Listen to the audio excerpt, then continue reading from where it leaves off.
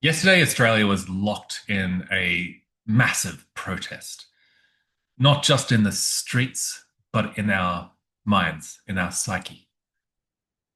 Social media is currently seething with outrage against politicians, against immigrants, against greedy landlords, against anyone who can be cast as a culprit of a worsening crisis in our country. Beneath these conflicts lies a deeper, larger, unseen shadow which is growing, and it's tied to the very foundation of our financial system.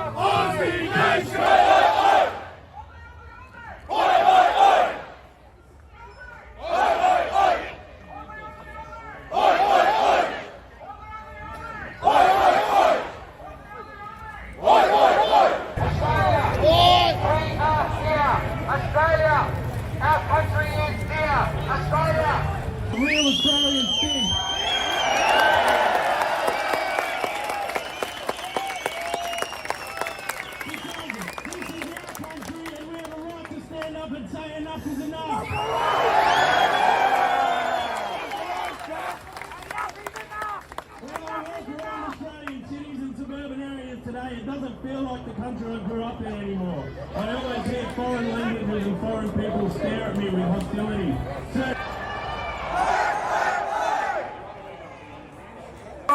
Put a ring on a young lady's finger and give her security and a family, marry her and have kids if you can't put a roof over your bloody head. It's not good enough. That's why we're here. I work in the industry. We can't build enough homes to house the people in the country. There's bloody tent cities in the city, everywhere. We've had enough. They need to listen to us. Across this country, right now, people are protesting. We are speaking up.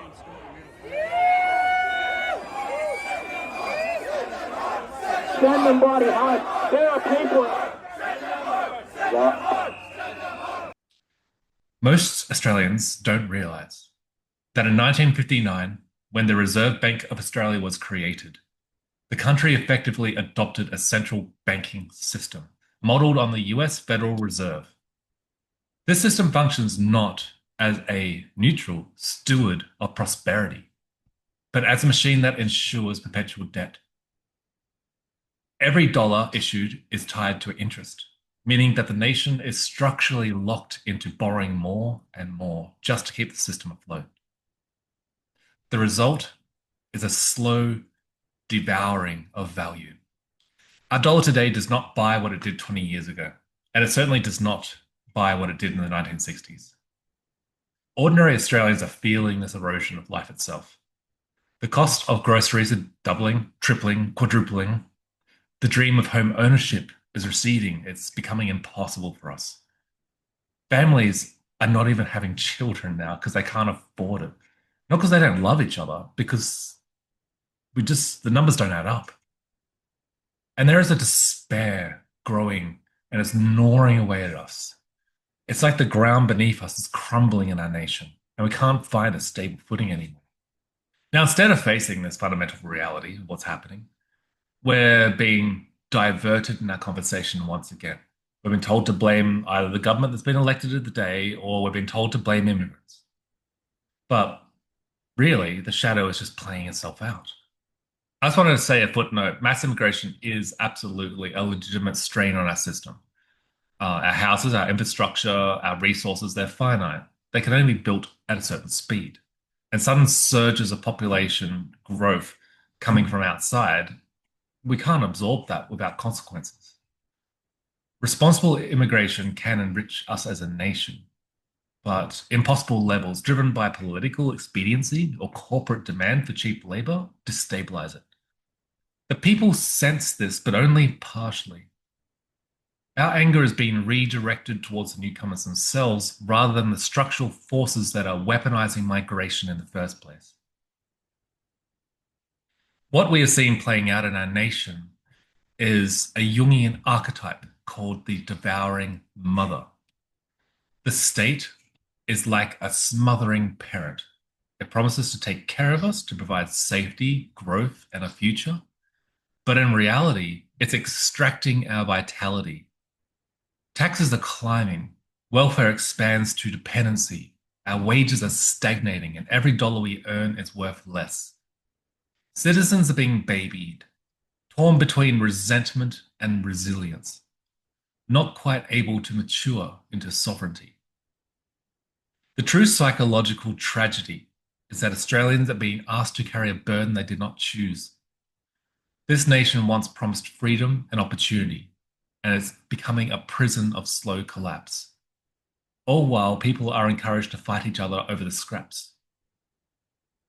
And so the protests, the social media outrage, the tribal moral posturing, all of this is the social shadow, the collective unconscious playing itself out in real time. We attack one another because it's easier than confronting the deeper truth that our very money, the symbol of value itself, has been hollowed out. Unless the shadow is brought into the light, unless Australians can see through the illusion of look here, not there, this collapse will intensify. The question is whether we name it, confront it, choose maturity over scapegoating, and actually do something about it. I say it's time to dissolve the RBA. I say it's time to return to a gold standard. And that's my take on it. Am I right or am I wrong? Let me know in the comments. Till next time.